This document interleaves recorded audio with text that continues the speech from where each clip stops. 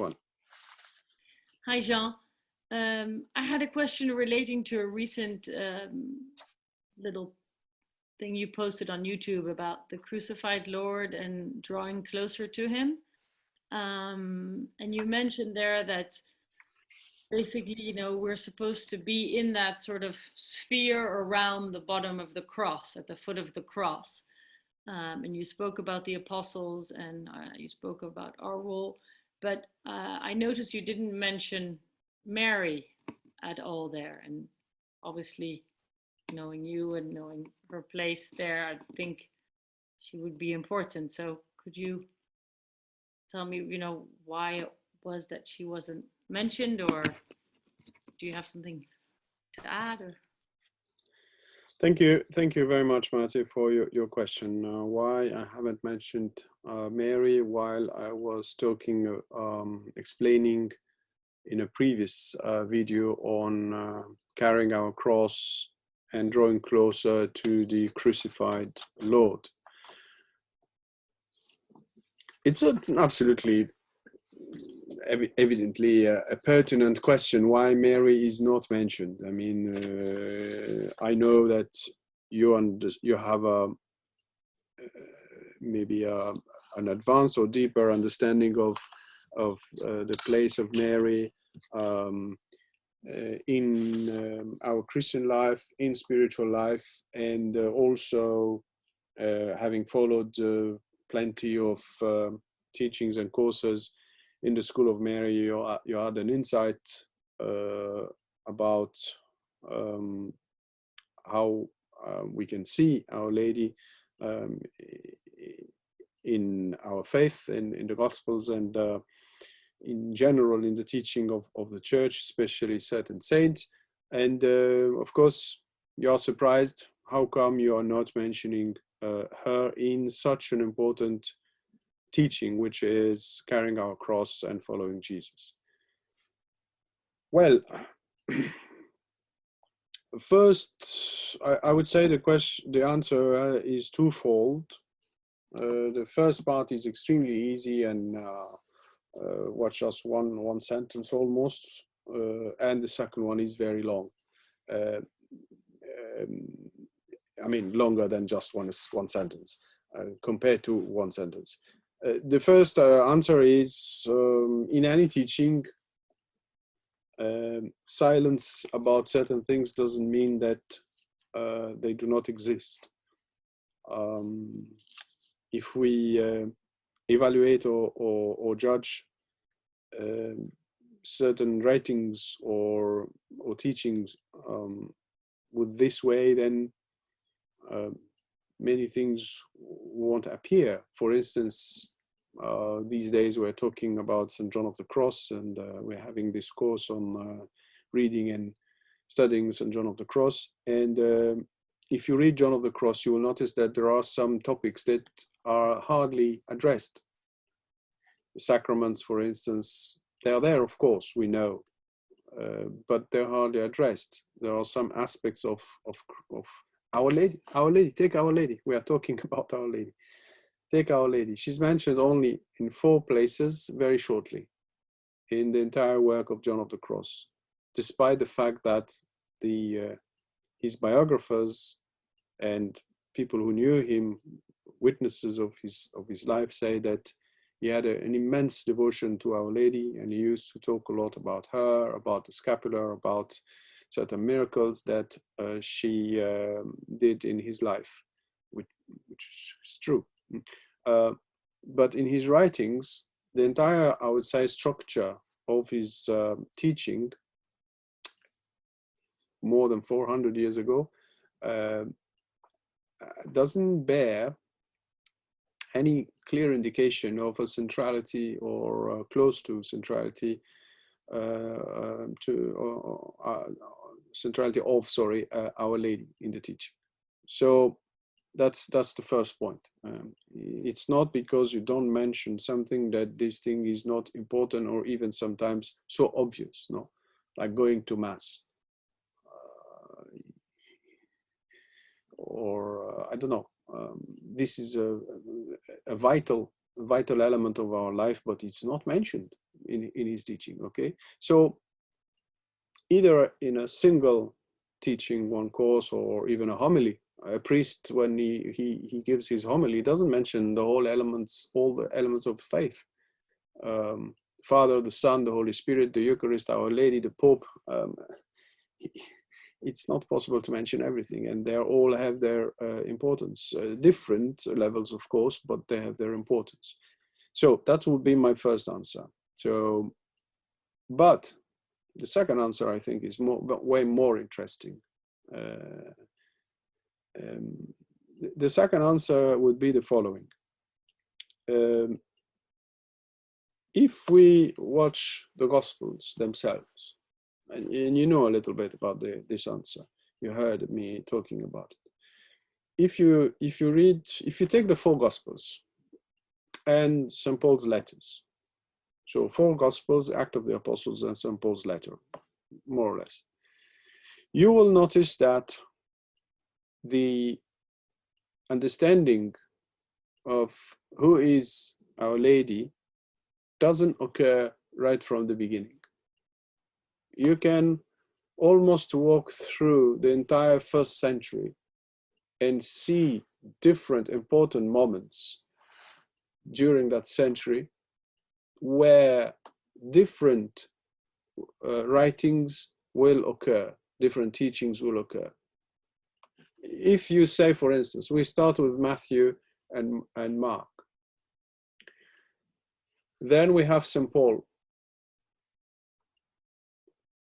Matthew, Mark, and St. Paul do not mention Our Lady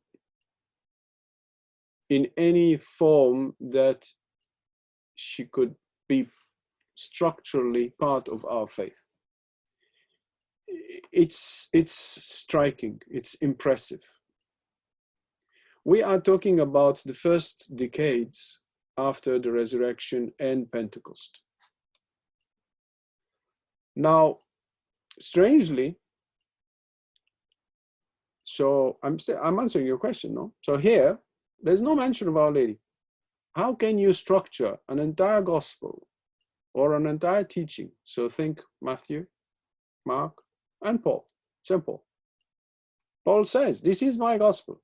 And he mentioned Jesus Christ. And when he needs to talk about Our Lady, there's nothing. It's just one mention. And the mention is about the law, which then makes her appear under a negative aspect. Jesus is born from a woman under the law. For St. Paul to talk about the law is to talk about something that is finished and past. So the mention of Our Lady has no significance at all, with all due respect to other exegesis or reading of this verse.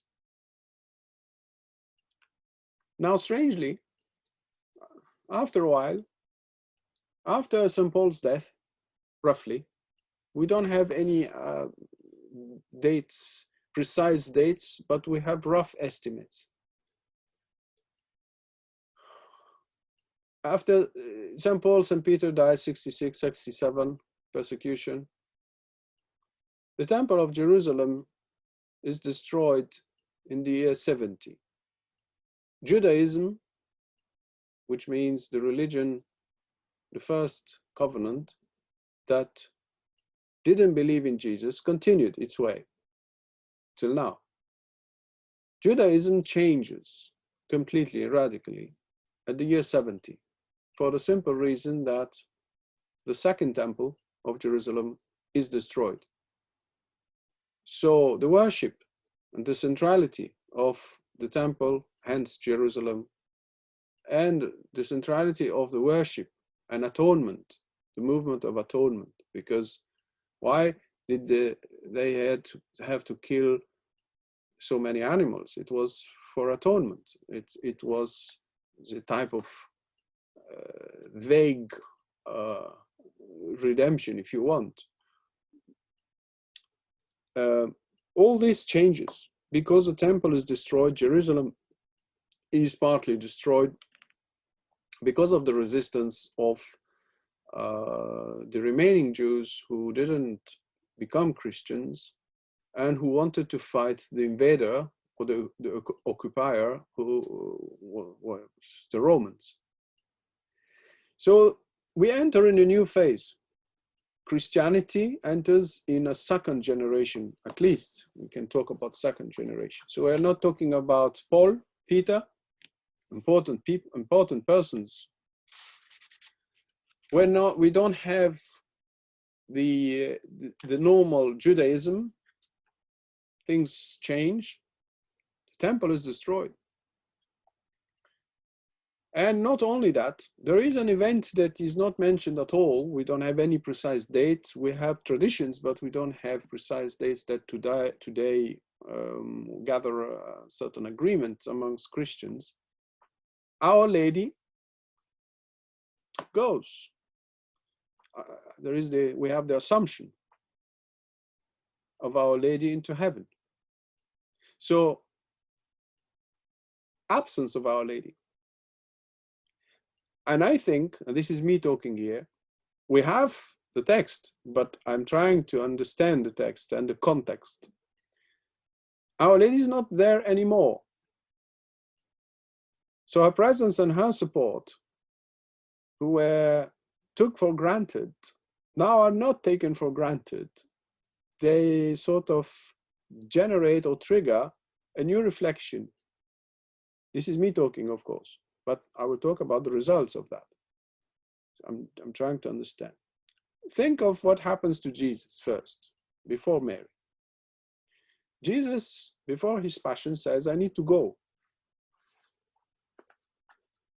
I'm trying in all this to explain why Mary is not mentioned and Mary then, after a while, is mentioned.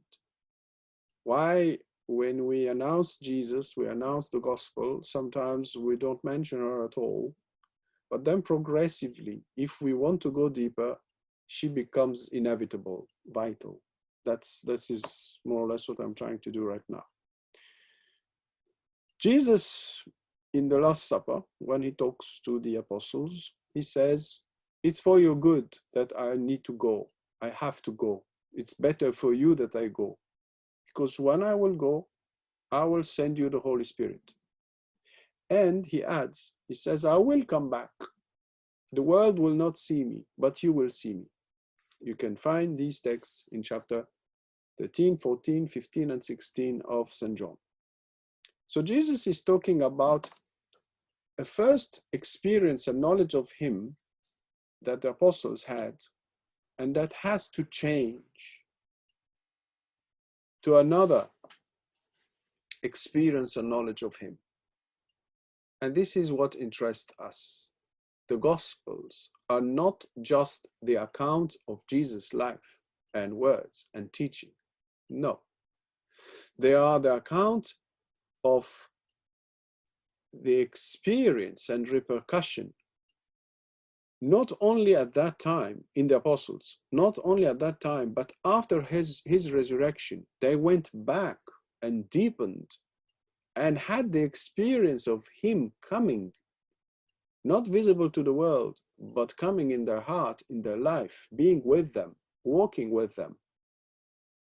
So what they tell us in the gospel is not just historical facts, but they are interwoven, they are deepened. So the version of Christ that we have in the gospel is more than just the historical Jesus. It's the historical and spiritual Jesus together given to us. This is why it was important first for Jesus to go, so the apostles will have a new experience of Jesus himself, which is the richness that we have in the Gospels, and more so in the later Gospels, St. John, for instance.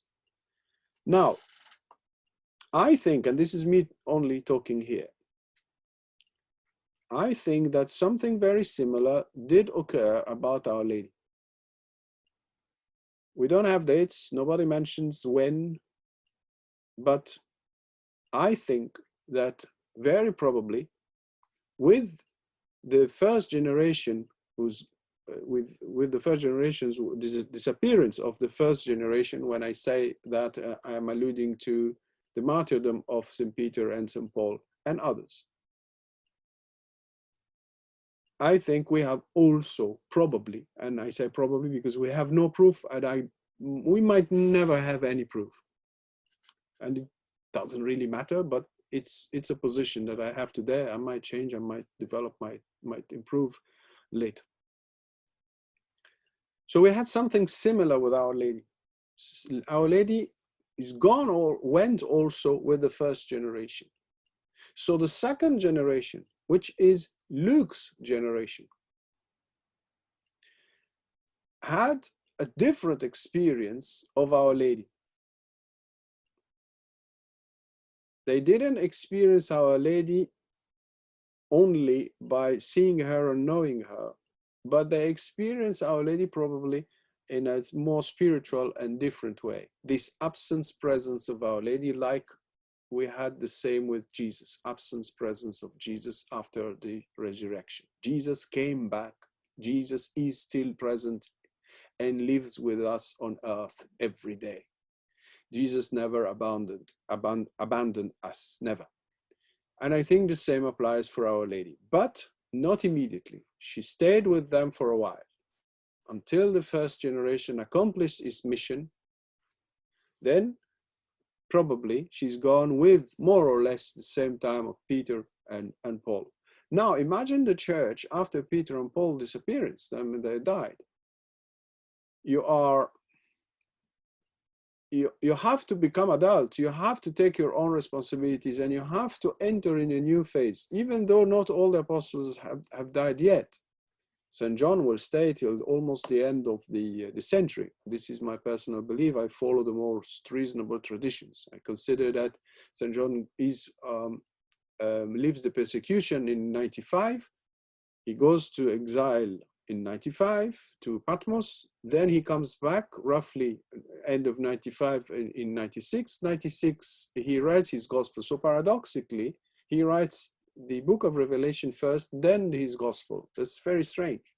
He didn't write, maybe he didn't write it before. He maybe had notes, but he didn't write it before. That's very interesting. So you have martyrdom, his martyrdom fails, because I don't know if everybody who watches this video knows that St. John went through a martyrdom, but was saved by God, by Jesus, by God. He was thrown into boiling oil and was saved miraculously. So the emperor, having seen that sign, sent him to exile. He didn't kill him. And it's after that gift of himself, this martyrdom, that we had this amazing experience, visions in the book of Revelation. And as a result of that, the translation of these visions into a more understandable language, his gospel. So the century is very long. We are here almost like a third or a fourth stage or generation in the development of the gospel. So let us go back now to the second one, St. Luke. So St. Luke is there without Peter, without Paul. Allegedly, he is Paul's companion, or maybe for many considered also as a disciple. But Luke will do something that Paul never dared to do, which is talking about Our Lady in a way that nobody before him did, and nobody after him did. The centrality of Our Lady in St. Paul's explanation and presentation of the act of faith is amazing, it's mind-blowing. Compared to St. Paul, this can't be compared. St. Paul, faith for St. Paul is fundamental. This doesn't change. But explained by St. Luke, it becomes practical. And you notice that Mary is fundamental. He rewrites, and this is explained in one of my texts. You can check on the, I'm sure you read it. you know, the last Pentecost, final Pentecost, Luke's final Pentecost. It's online on the website of the School of Mary. You click Our Lady and then Luke's final Pentecost. He rewrites in a way the Pentecost to adapt it to each believer. So we are not anymore in the first generation, because the first generation got their Pentecost, and it is described. But then he rewrites all that. The final version of Luke is different. And there are studies made on that by Father Boimard, amazing studies by Father Boimard. Very arid, very dry, if you read them without that expectation of this discovery. But if you know that this is a part of it, then you read Boimard and it's amazing. So Luke rewrites a little bit the gospel. So I'm still answering your question. Matthew didn't talk about Our Lady. No, he said, yeah, Joseph was married, etc. She said pregnant, they didn't live together. Fine, that's fine. That's almost, I would say, just functional. She's Jesus' mother. That's it. Implicitly, there is a lot of weight, and I can't come back to that with you, but that's a different level of the conversation. Mark, no mention. Paul, we just said it, no mention. And the only mention is negative. That's not underlined by many commentators, that his mention is negative because it's under the law. To say that Jesus is born from a woman under the law is just saying like faith is something different. So forget about the law and the woman. Now we let us dive into the faith. So it's like, don't you see it? That Luke cannot be Paul's disciple purely. He had, I don't know, 10, 15, 20 years after Paul of reflection and meditation in order to give us his gospel. And the gospel is not just a historical account. That's just superficial nonsense. It's more than that. Luke is a deep theologian. He says things that nobody before him said. So it's mind-blowing, and I am speechless, and I'm still speechless, and I will remain speechless for the rest of my life in front of that paradox. How very important persons like Matthew, Mark is the voice of Peter. No, it's the gospel of Peter in Rome. It is always considered this way. No, he's like the secretary. He writes down Peter's gospel. It's very simple. It's very to the point. It's for Gentiles. Matthew is for Jewish people. It's very deep and complex, beautiful. Matthew. No, so you have Matthew and Mark. Then you have Paul. You can add the letter to the Hebrews. All this is one period, one moment in the history of the first century. We are still in the apostolic era. The last one is not dead yet, John. And Luke here in the middle, deprived from these guys, and I add, but this is me, and I say it very humbly, I could be wrong, deprived also from Our Lady, her physical presence. He has to take his responsibilities, and he has to live and rethink almost, I would say, Christianity as a second or third generation. They don't have the witnesses. Maybe John, but he's somewhere. But so God, and here is the point, God wanted to show us within the four Gospels an entire century, an entire maturation, a deepening of faith. And he left them this way. He didn't want Matthew to be perfected and adjusted and rewritten. He said, leave Matthew and Mark and Paul. Paul you can't change. These are letters. A letter is written once. It's not a gospel. You see, it's a letter and he sent it. Then you have the copies of the letters. So you can't modify them. Some of them, yes, have been added, rewritten a little bit, like Timothy's letters. Probably they are a bit after Paul, like the initial part is from Paul, and then other people added a little bit. That's allowed. At that time, they would do that without scruples, like today.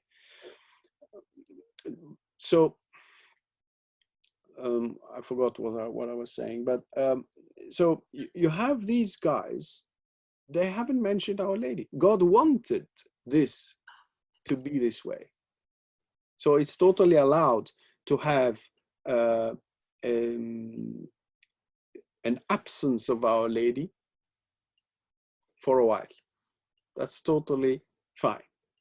Not me saying it, the facts, the gospel. So it is shocking when you read Luke, when you read John, you say, but what, how? How can this be a continuity? How can this be the prolongation or extension of these others? There is a sharp abyss and cut between the two. It's the same gospel, but it has something that is impossible to be found in the previous ones, Matthew, Mark, and Paul. You see, and author of the letter to the Hebrews. So, am I then, now getting closer to a question, am I then imitating them and not talking about Our Lady? I would rather say that I was just explaining one point. It doesn't mean that Our Lady is not there. I would rather prefer the first question, the first answer, which is, look, I'm not talking about everything in one shot, so I had to explain one point, then now I'm explaining another point. I could do Mary's place in carrying the cross and drawing closer to Jesus. Yeah, I could do that also, but that day I just was explaining one point. So yeah, sorry, I've been very long, but I think the Mary's place till today in the Gospels needs a lot of work, because Mary is not a Catholic invention or a Catholic development. Mary is a first century apostolic development. It's a big difference. What we learn, sorry, I'm going a little bit more technical here. When you study Bible, and this is like, I don't know, 70 years, maybe 60 years back, we as Catholics acknowledge the existence of what we call an oral tradition.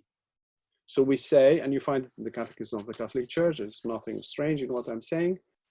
We say that first the gospel was preached, then written. So we say always that we had an oral tradition, then we had a written tradition. That's fine. But I think that this is for babies, in the sense that that's obvious. Anything starts in general, first to be taught orally, then you write down. Fine. Now, what we should acknowledge now is the development, not an oral tradition, but a development within the apostolic time, within the New Testament. There is a development, which means we acknowledge a little bit. I'm not saying I'm not reinventing the wheel. It's there already, and it has coined expressions for it. That's fine. But I think as Catholics, we need to go deeper into that, because of also the essential point of Mary, the development that Luke realizes, and then after him, John. This is a completely different era, a different moment in the church. So it shows that Christianity has stages of understanding.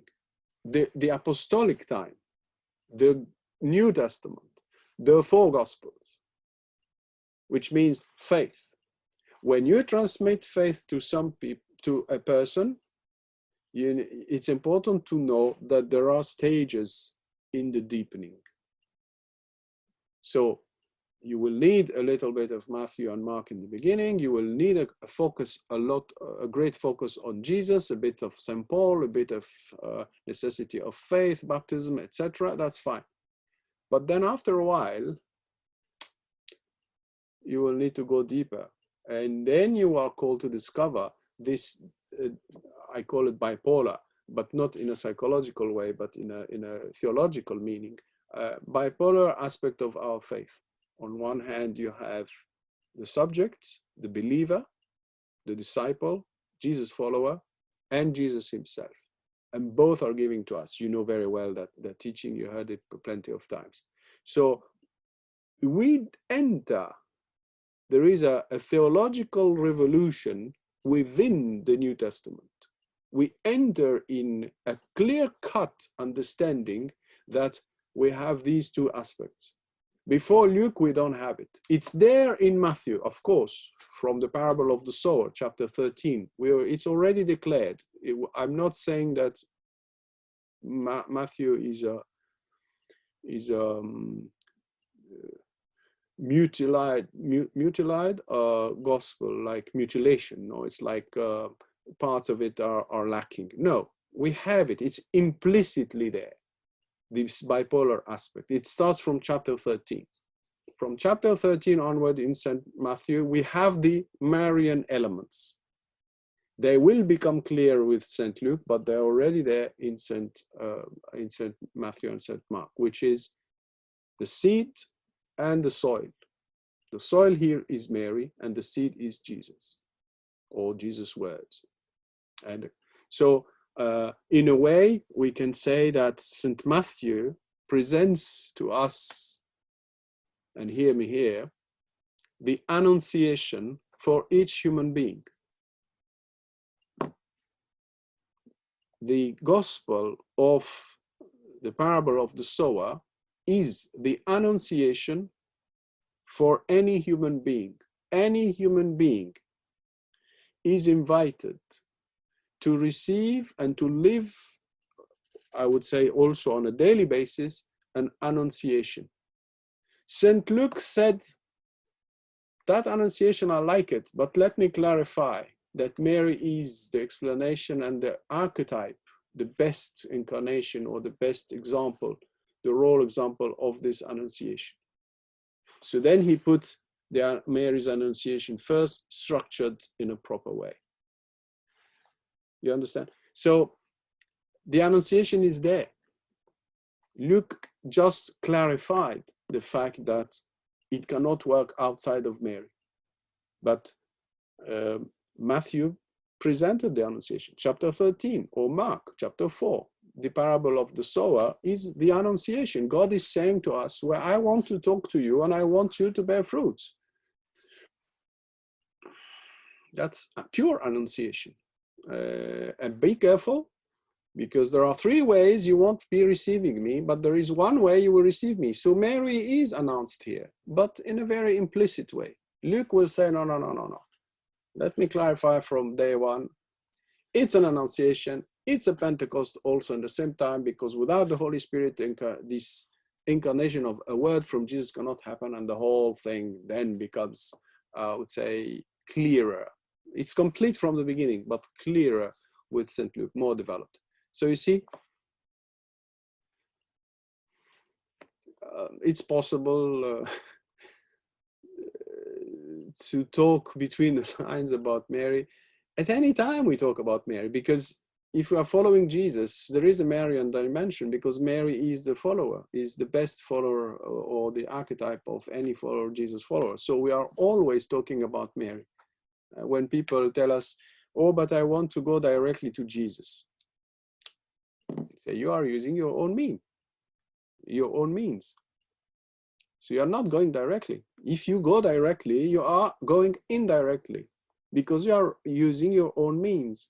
While if you use the divine mean that God gave you, which is the good soil, the good capacity, the new skin for the new wine, Mary's faith, it's St. Paul. St. Paul is revisited by St. Luke.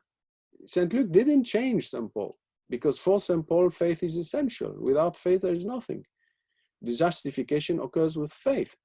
But St. Luke just clarifies that that act of faith is embodied perfectly in Mary and can only happen this way, etc., etc. And the rest you know, because I would need hours to talk about it. So I just wanted to show that, yes, sometimes Mary seems to be absent. This is on one hand. And on the other hand, I tried also to show the beauty of that development in the New Testament, and that this is the will of God to show us that there is a development. There is a life when Jesus is there. There is a life when Jesus is ascended into heaven and Mary is there with us. And there is a life when Mary goes also, So you see, these are stages. But of course, we don't have any data about the Assumption. But I assume personally, and this is only a silly assumption from me, that probably it's around also the same time, which made Luke feel lonely without any help, neither Peter nor Paul nor Mary, and he had to receive more graces. And I would say the coming of Mary, like Jesus comes, he said, I will go, but I will come. And I think that Mary started the proper work to be done after her Assumption, to show us that there is no Christian life without her. It's a late discovery, but essential and part of the gospel. Sorry, I talked too much. No, because it sort of shows also maybe our stages of our spiritual growth, no, and how she becomes more important as maybe we go along. So the four gospels almost follow that as a whole as well, not just within each gospel, but as the four as a unity go like in crescendo. No? Absolutely. Four gospels and Paul, you can situate Paul in the just with the group of Matthew, Mark, and Paul. Yeah, you can put, even though Paul himself could be divided in different stages. You have the early Paul and then the late Paul, and you could put even in the middle a mid Paul. In the growth of his teaching, the letters of St. Paul, the group of letters of Philippians, Ephesians, and Colossians show a deepening of and a new understanding of the Jesus mystical body and the church as a mystical body of Jesus, which we don't have at all in the early letters. So even Paul himself, I would put Matthew, Mark, I would put Paul 2 or even 3 stages in Paul, with the letter to the Hebrews, probably toward the 2nd or the 3rd stage of Paul. Then yes, you have you can draw a line, and then you have Luke, and then later on John. And John is like, already Luke is immense. This is my problem here, because I think that we don't understand Luke. We take him as a historian, and then we don't see Luke. Luke is.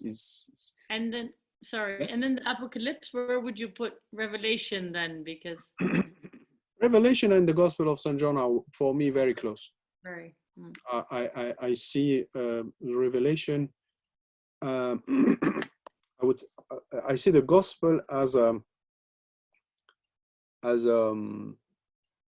translation of. Exactly, thank you. A translation of all the visions of Revelation in the same structure that you find in Revelation, but told, I would say, in a human way, where Jesus is the narrative. Jesus is the narrative of it, instead of having visions that are essentially of a spiritual, a heavenly realm.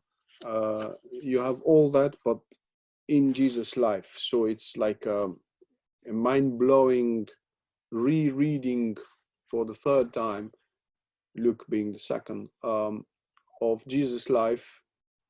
And as you know, you have the 2 layers also in St. John. The first layer, which is how to reach the union with Jesus, but then you have a 2nd reading of the Gospel of St. John, where the disciple lives Jesus' life. What happened to Jesus now should happen to the disciple. So you have like the disciple lives the gospel, so that of a 2nd layer that then ends with the martyrdom, which is the 2nd conclusion of St. John. That's, of course, it deserves more explanation another time. Thank you. Yeah. You're most welcome. You're most welcome. Thank you very much for your question. It made me like go back to the this observation. It's like, yeah, Mary seems absent, but she's not. But God wanted it. That's the point. He wanted us to see that she's absent, apparently absent in the beginning. Thank you very much, Marty, for your question, and onward, upward, and onward. Thank you.